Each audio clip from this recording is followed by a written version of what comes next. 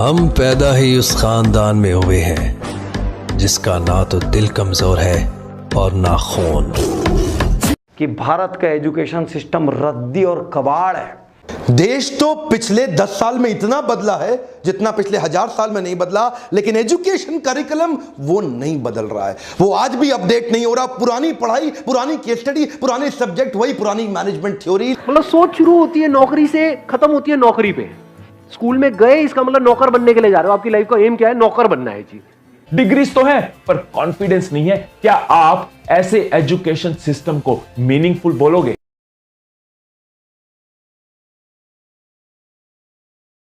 हमारा education system ऐसा तो है नहीं कि आपको सुबह से रात तक नॉलेज दी जा रही है कि आप क्या क्या कर सकते हो। दिमाग को बड़ा किया जा रहा है एजुकेशन सिस्टम में या छोटा किया जा रहा है? छोटा या बहुत छोटा या उससे भी छोटा। मतलब सोच शुरू होती है नौकरी से, खत्म होती है नौकरी पे। स्कूल में गए, इसका मतलब नौकर बनने के लिए जा रहे हो। आपकी लाइफ का एम क्या है? नौकर बनना है जी। ये मैं सच कह रहा हूं, गलत कह रहा हूं? हाँ, चाहे पैसा ज्यादा मिल रहा है, कम मिल रहा है, that is not important. But life का एम क्या है? एजुकेशन सिस्टम का एम क्या है? नौकर बनाना। नॉट कि आपका दिमाग खोलना, नॉट कि आपको ऐसा बनाना कि आप नौकरियां जनरेट कर सको, नौकरियां क्रिएट कर सको। ऐसा नहीं है हमारा एजुकेशन सिस्टम। आपको सोचना नहीं सिखाया जा रहा है, बल्कि आपकी सोच को छोटा किया जा रहा है। इसका एंड रिजल्ट क्या होगा? मैकेनिकल हो जाओगे, मतलब एक रोबोट के जैसे बन जाओगे। बस जितना अंदर फीडेड है उस हिसाब से ऐड करो, बस उससे ज्यादा नहीं सोचना है। रोबोट की तरह जिएंगे, रोबोट की तरह मर जाएंगे, खत्म। क्या किया लाइफ में? कुछ भी नहीं किया। ये बुरा तो नहीं लग रहा सुनने में? कड़वा है लेकिन सच।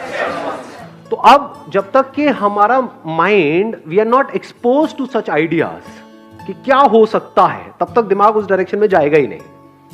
करना तो बहुत दूर की बात है। जब आप ये देखोगे कि आपके ही जैसे और लोग भी ऐसा कुछ कर रहे हैं जिसमें कोई बड़ी बात नहीं है, और इस तरह से किया जाता है, ऐसे सोचते हैं, ये होता है, वो होता है, तो क्या आपका दिमाग नहीं चलने लग जाएगा उस डायरेक्शन में? अपने आप ही चलने लग जाएगा, आप चाहे चाहो चाहे ना चाहो। देखिए, कॉलेज को आज क्या चाहिए? प्रॉफिटेबिलिटी चाहिए। प्रॉफिटेबिलिटी के लिए सस्ता प्रोफेसर हायर करना चाह रहे हैं। मैं कई सारे कॉलेजेस में गया, मुझे स्टूडेंट आकर के मिलते हैं, मैं हैरान हो गया देख करके।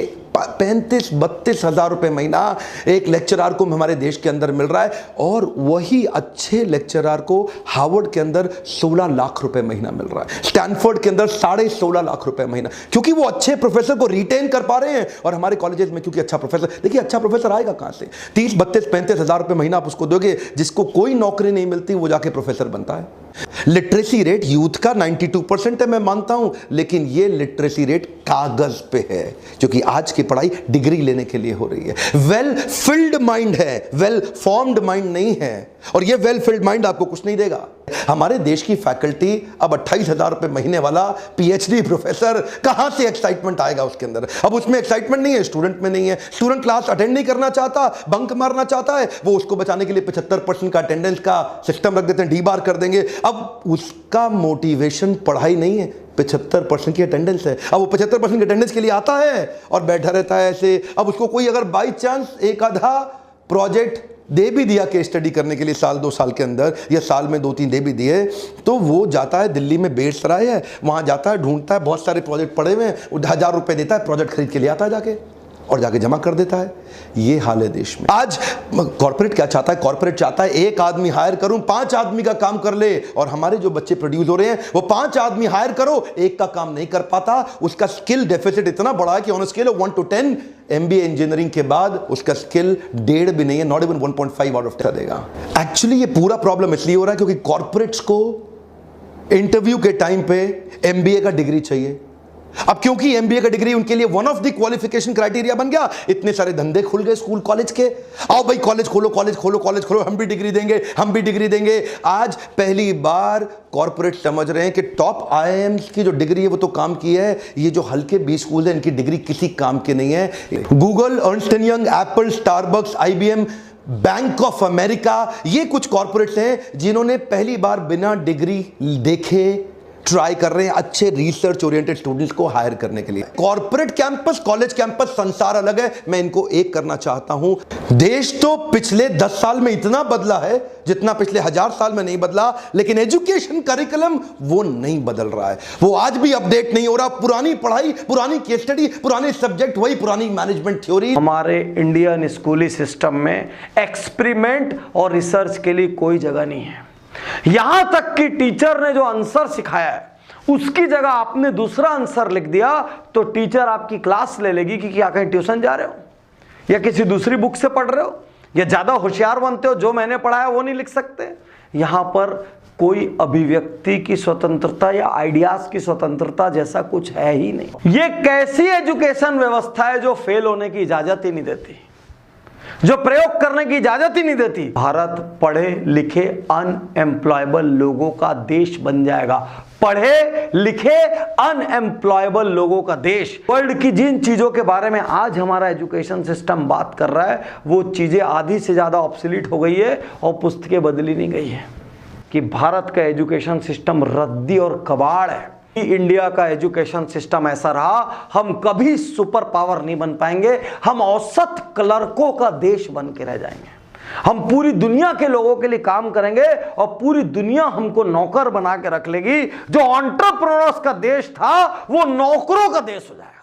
यदि आप मेरी बात से सहमत है कि भारतीय एजुकेशन सिस्टम को स्क्रैप करके प्रैक्टिकल एजुकेशन सिस्टम, जिसमें प्रैक्टिकल लर्निंग हो, जिसमें इंटेलेक्चुअल, जिसमें सोलफुल, जिसमें फिजिकल, जिसमें अपने आप से एकांत में बात करना सिखाया जाए, जिसमें खुद का स्वॉट, स्ट्रेंथ, वीकनेस, अपॉर्चुनिटी, थ्रेट जैसे एनालिसिस करना सिखाया जाए, जिसमें लिसनिंग पे जोर दिया जाए, जिसमें प्रैक्टिकल और प्रैक्टिकल पे फोकस हो, ऐसा एजुकेशन सिस्टम यदि लाना है तो आपको इस वीडियो को शेयर करना होगा।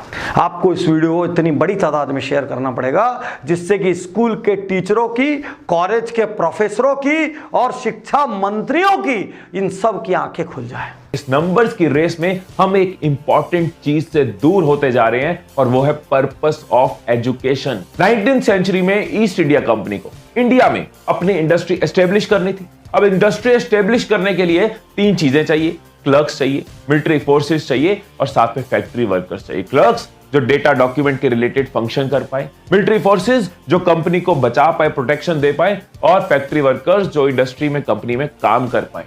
तो ब्रिटिशर्स ने क्या किया? ब्रिटिशर्स ने एक ट्रेनिंग सिस्टम बनाया, एक एजुकेशन सिस्टम बनाया जिसकी लैंग्वेज जो थी इंग्लिश रखी, सो दैट उनको कम्युनिकेट करने में प्रॉब्लम ना हो, वो अपनी इंस्ट्रक्शंस इन सबको दे पाए। अब आप जरा ध्यान दो कि इन तीनों चीजों को करने के लिए क्रिएटिविटी की जरूरत नहीं है। मालिक जैसा बोले वैसा करो, उठना है तो उठ जाओ, बैठना है तो बैठ जाओ।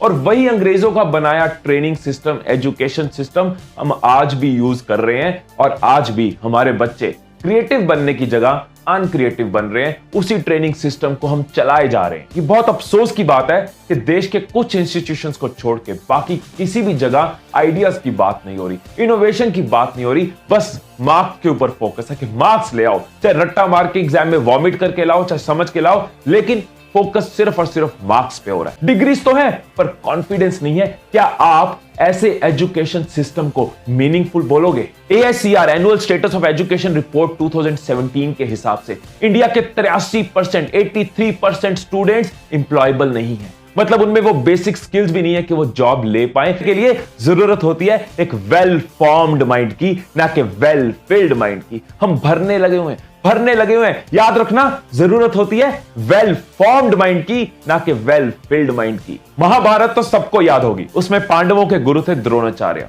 सब एक ही टीचर, एक ही गुरु से पढ़े हुए, लेकिन सबका फील्ड ऑफ एक्सीलेंस अलग अलग। युधिष्ठिर भाले से लड़ने में अच्छे थे, भीम को गदे में कोई नहीं हरा सकता था और अर्जुन को तीर धनुष में महारत हासिल थी। नकुल तलवार बाजी में अच्छे थे और सहदेव को कुल्हाड़ी चलाने में कोई हरा नहीं सकता था। द्रोणाचार्य ने सबको बेसिक एजुकेशन तो सेम दी, लेकिन ट्रेन किया उनके फील्ड ऑफ एक्सपर्टीज में। सोचो अगर द्रोणाचार्य भीम को कहते बेटा गदा चलाने में कुछ नहीं रखा, तू एक काम कर, तू ना धनुष सीख, फ्यूचर जो है ना, फ्यूचर वो धनुष में है, तो भीम से दुर्योधन तो क्या, कौरवों की सेना का एक सिपाही भी ना मरता। पांडवों की तरह हर बच्चे को अपनी लाइफ में एक द्रोणाचार्य की जरूरत होती है, जो उसको समझ सके, उस पर विश्वास कर सके, उसकी स्किल्स को पहचान सके और उसको आगे बढ़ने में मदद कर सके। पेरेंट्स में और टीचर्स में हर बच्चा अपना द्रोणाचार्य तलाश रहा। यहां पे मुझे अल्बर्ट आइंस्टाइन की एक बात याद आ गई। बहुत ही बढ़िया बात उन्होंने बोली कि हर इंसान जीनियस है, हर इंसान जीनियस है, लेकिन अगर आप एक मछली को जज करोगे